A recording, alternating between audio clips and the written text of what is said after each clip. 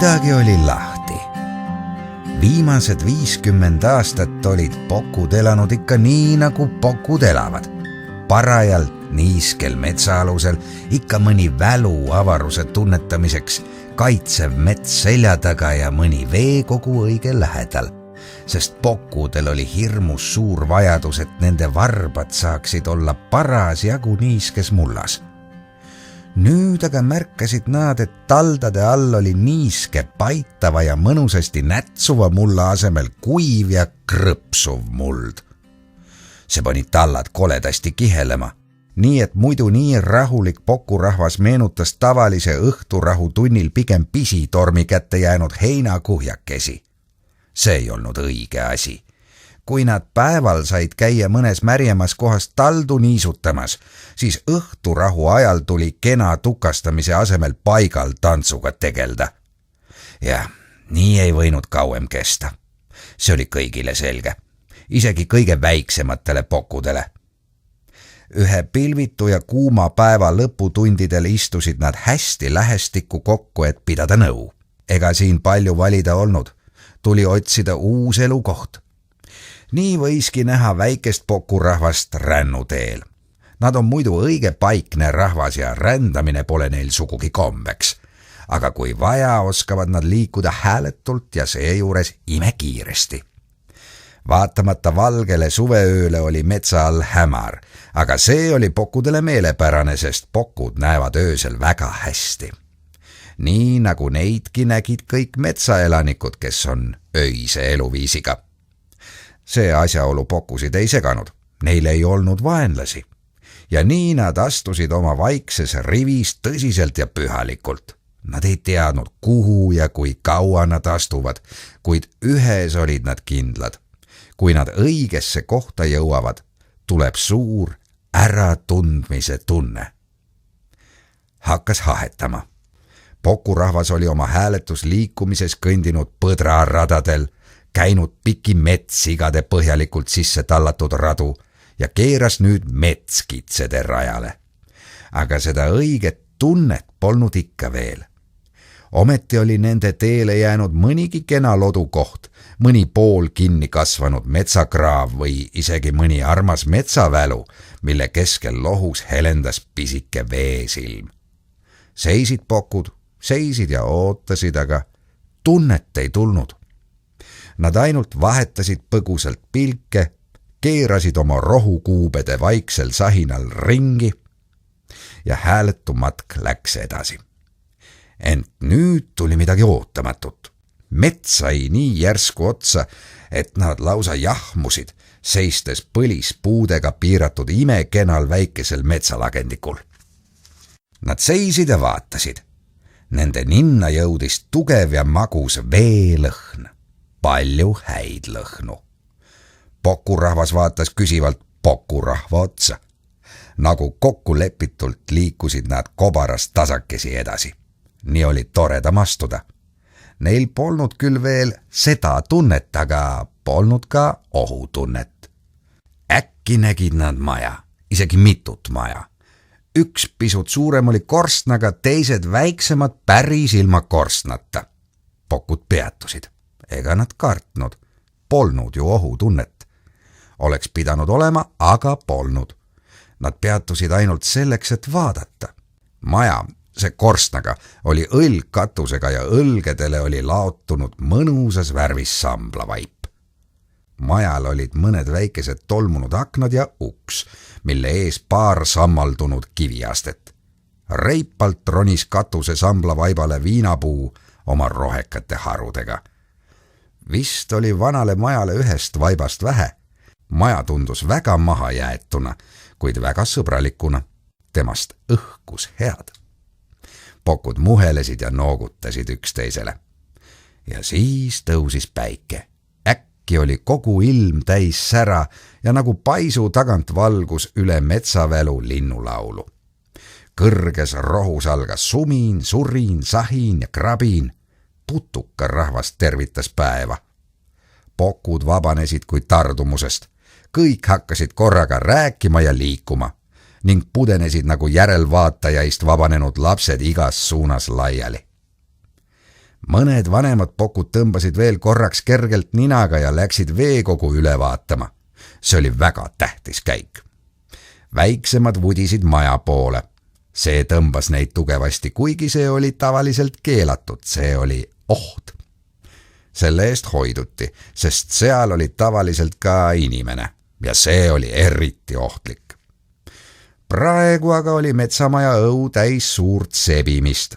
Mingi rõõmus elevus oli haaranud pokusid ja polnud kohta, kuhu nad poleks pilku heitnud. Mõned neist olid leidnud kaevu ja piilusid sinna sisse. Vesi oli allikane, põhjani läbipaistev. Selle lõhn oli nõrk, aga hea. Teised pokud avastasid enda jaoks sauna.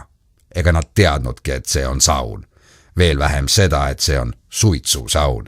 Tõsi, suitsulõhn tähendas ohtu, sellest tuli eemale hoida, sest suitsuga koos oli tuli, kuid see suitsulõhn ei paistnud olevat ohtlik. Kogu see isevärk ja hoone tundus õdus ja turvaline. Eriti julgustavalt mõjus neile üks nuustik, mis näis tugevasti läbi pestud poku kuuena. Pestud ja siis ehk kuivama jäetud või oli vanaks peetud, maha jäetud. Pokud saavad ju hõlpsasti endale uue kuue, kui vaja. Olgu kuidas on, aga see hoone oli nii poku maja moodi. Ka väike ait oli avastatud. Aida ukseprao vahelt tuli mitmeid tundmatuid lõhnu, aga need polnud pahad lõhnad. Puukuurgi sai üle vaadatud ja üks õige pisike maja, mis poolenisti rohtu kasvanud. See oli justament nii suur maja, et seal oleks võinud vabalt elada mõni poku. Aga elas hoopis Ekku. Ekku oli esimene elusolend, kelle nad siit leidsid. Poku, kes esimesena majakesse piilus, sattus tõtt vaatama suurte ja pisut jahmunud koera silmadega. Miks ei peaks üks koer jahmuma, kui ta maja uksele ilmub elus mätas? Kui Ekku avas suu, et harjumuspäraselt haugatada, pani see mätas oma pisikese kämblada mustale ninale ja ütles vandeseltslaslikult pst. Ja Ekku leidis ka, et pole põhjust häält teha. Milleks? Ta astus majakesest välja, sest asi vääris vähemasti asja uurimist. Oma hämmastuseks nägi ta õuel rohkem kui üht mätast liikumas. See oli tegelikult õige võõrastav nähtus. Ta avas uuesti suu, et vähemalt üks proovi auh teha, aga sama poku, kes talle pst ütles, patsutas teda veel kord ja raputas naeratades pead.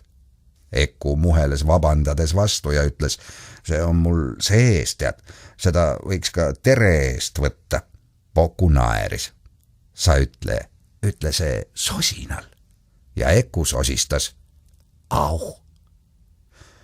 Pokud pöörasid end viisakalt Ekku poole ja noogutasid vastu. Kui Ekku oli kõik lähemad pokud üle nuusutanud, oli ka sõprus ja rahu sõlmitud. Samal ajal olid pokud avastanud, et majas on veel üks majaline, või pigem avastas majaline pokud. Kass Sooru oli ööbinud majas ja nüüd oma kassi käike pidi, mis ainult temale teada olid, maja alt välja ilmunud, et päeva tervitada. Esimene, mida ta nägi, oli 3 iseliikuvat mätast. Sooru kangestus jahmatusest.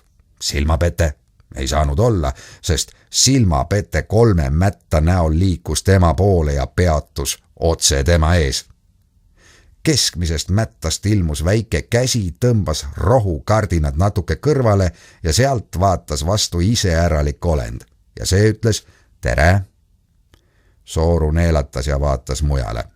Vähe sellest, et liikuv mätas. See mätas teretab ka veel. Kui ta pilgu tagasi pööras, vaatas teda juba 3 mätast. Tobelugu. Tere, ütles ta igaks juhuks. Tere, mättad. Me pole mättad, me oleme pokud. Soo, arvas see peale Sooru. Siis on kõik korras. Päris korras, jah. Ma lihtsalt ei teadnud. Ta naeratas üle kogu oma kassi näo. Tundus, et ka siin sõlmiti sõprus ja rahu. Siis hakkas nagu käsu peale õuele pokusid kokku tulema. Pea kõik olid pea kõikjal jõudnud ära käia ja kõik ära näha. Nüüd seisti tihedas nõupidamisringis ja vaadati ootavalt vanemate pokude poole. oli otsustav hetk. Oli otsustamise hetk. Poku rahvas, alustas kõige vanem Poku. Ma arvan, et te kõik nägite seda järve. Pisikest, aga ehtsat Allikajärve.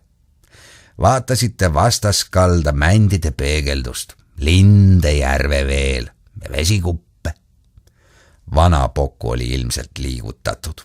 Ja kallas, missugune kallas, mis ilusad mudased sopid ja see killuke liiva riba loojangu poolel. Vana Poku lausa õhkas.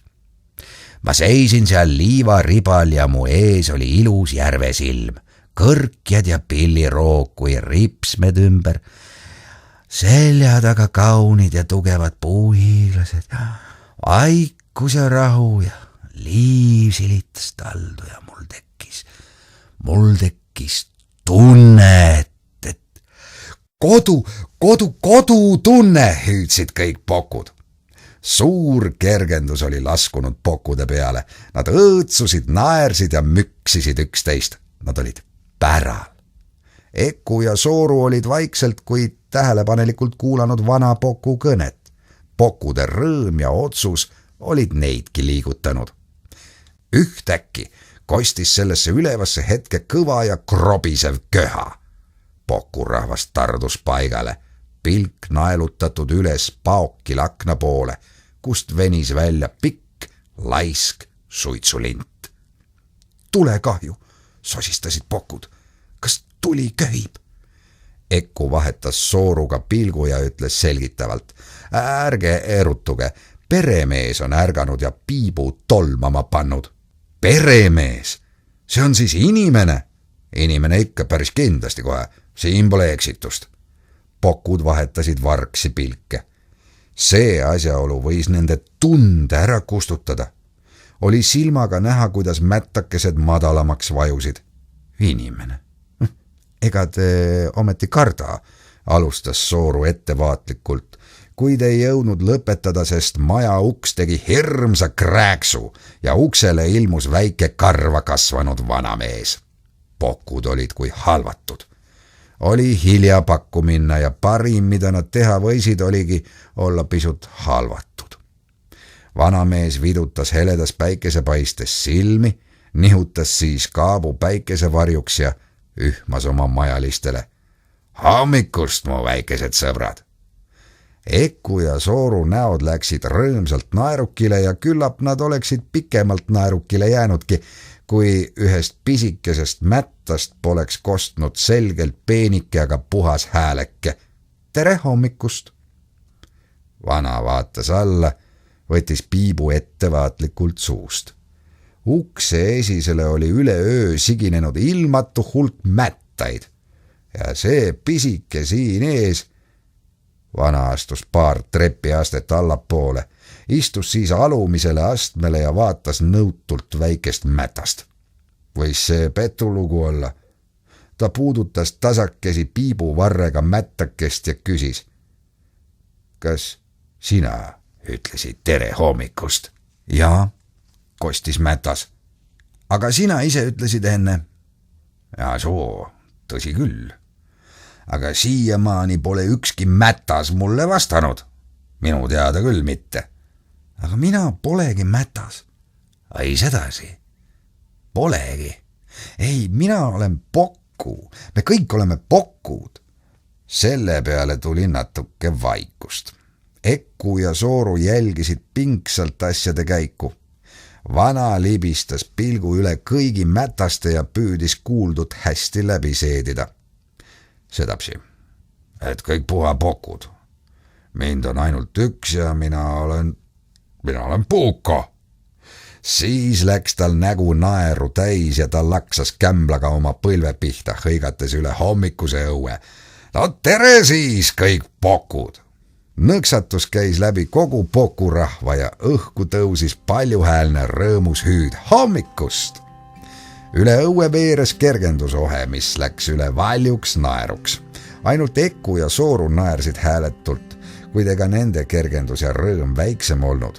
Nad said aru, et Poku rahvas on usaldanud tunnet ja majarahva omaks võtnud ja majarahvas võttis Pokud omaks.